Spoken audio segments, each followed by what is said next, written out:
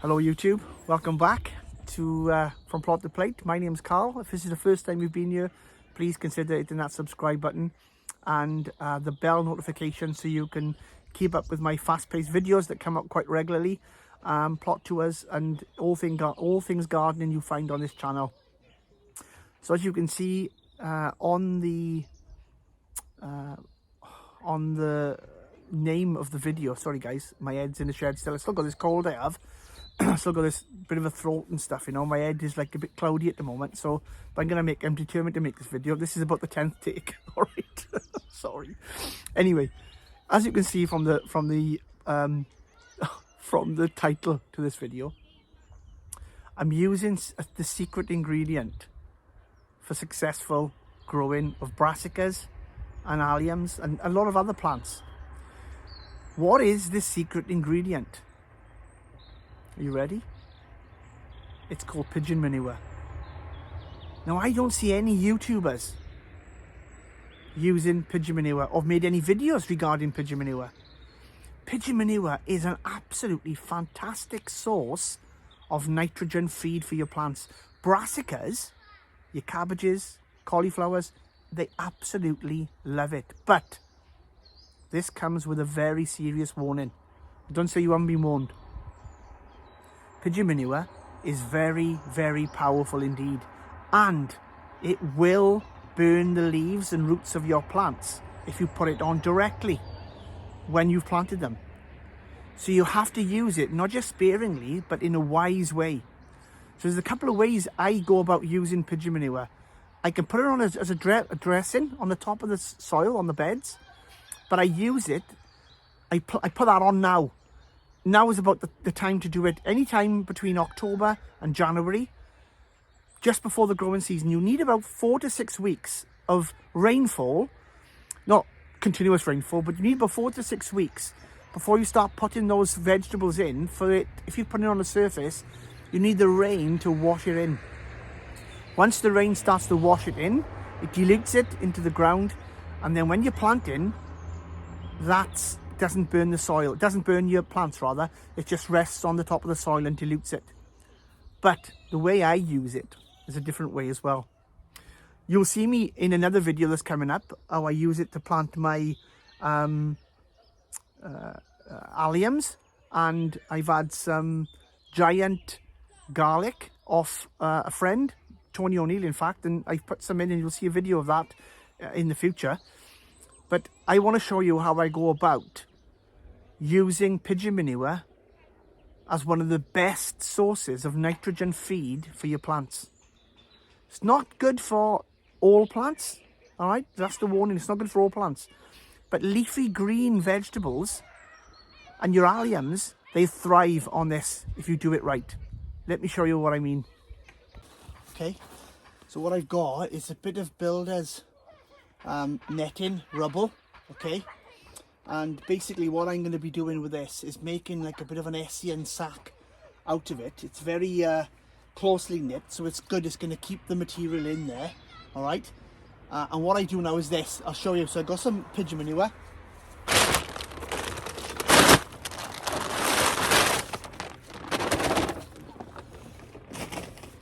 And there it is, all right? And it's not the best, and it smells really, really bad. Really, really bad. So basically that's ready. Okay, so what I'm doing, folding the corners in like so, all right, like that, and then making sure that's going to be tight around there. Just tie a knot in the end like that, all right? So that's what you've got, and then that holder there, okay? And what I like to do is just wrap another load around it, like so.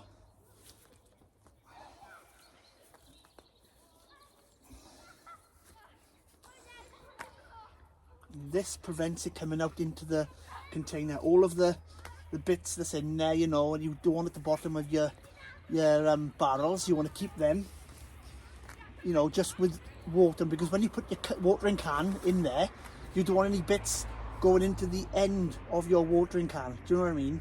And then you're preventing the water from coming out, so you want to keep the bits in here. You can use an Hessian sack. This is what I do, it's just cheaper, and it works anyway. So just wrap this up a bit more.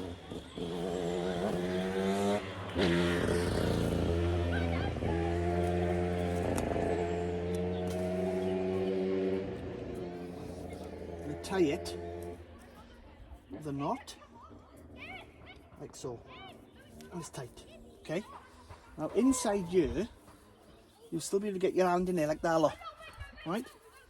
And what I do now is get a couple of lengths. A bit of rope ideally would be the best, but I use this string as well. Double it up, right? So strong. Wrap that around there, around the knot, below the knot if you can. Like this, tight, and do another knot, tight, like that. All right, now that's where you go. Okay, let me show you what I do next now. Okay guys, so there's my barrel. Okay, all water has come from the polytunnel, and that's my barrel's nice and full now. Clean water, no bits in there, so when you're watering, you know, you don't want any bits going into your watering can, like I said, right? And this is all obviously rainwater, which has already got nitrogen in it and so forth. It's good to water with rainwater. So what I do now is this. So I've got, again, just a little bit of wood, right? I use this because it's quite balanced and it stays over the top. What you want to do is tie, right? I don't know if you can see it, but let me just turn you slightly. There we go. Just tie that bit of string onto the end of that, okay? Like so.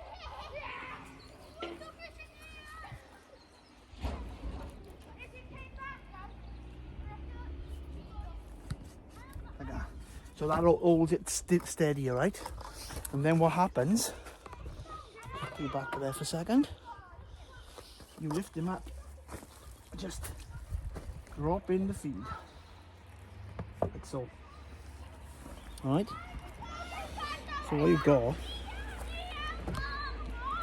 got now, what you do, you just give it a shake, leave it sink, give it a shake, and you start to see the water turning brown.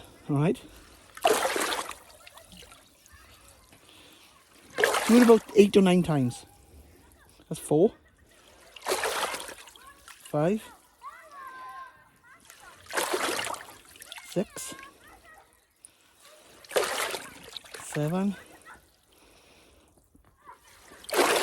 8. Right, and then leave it go. Right, leave it like that now, right? For about an hour.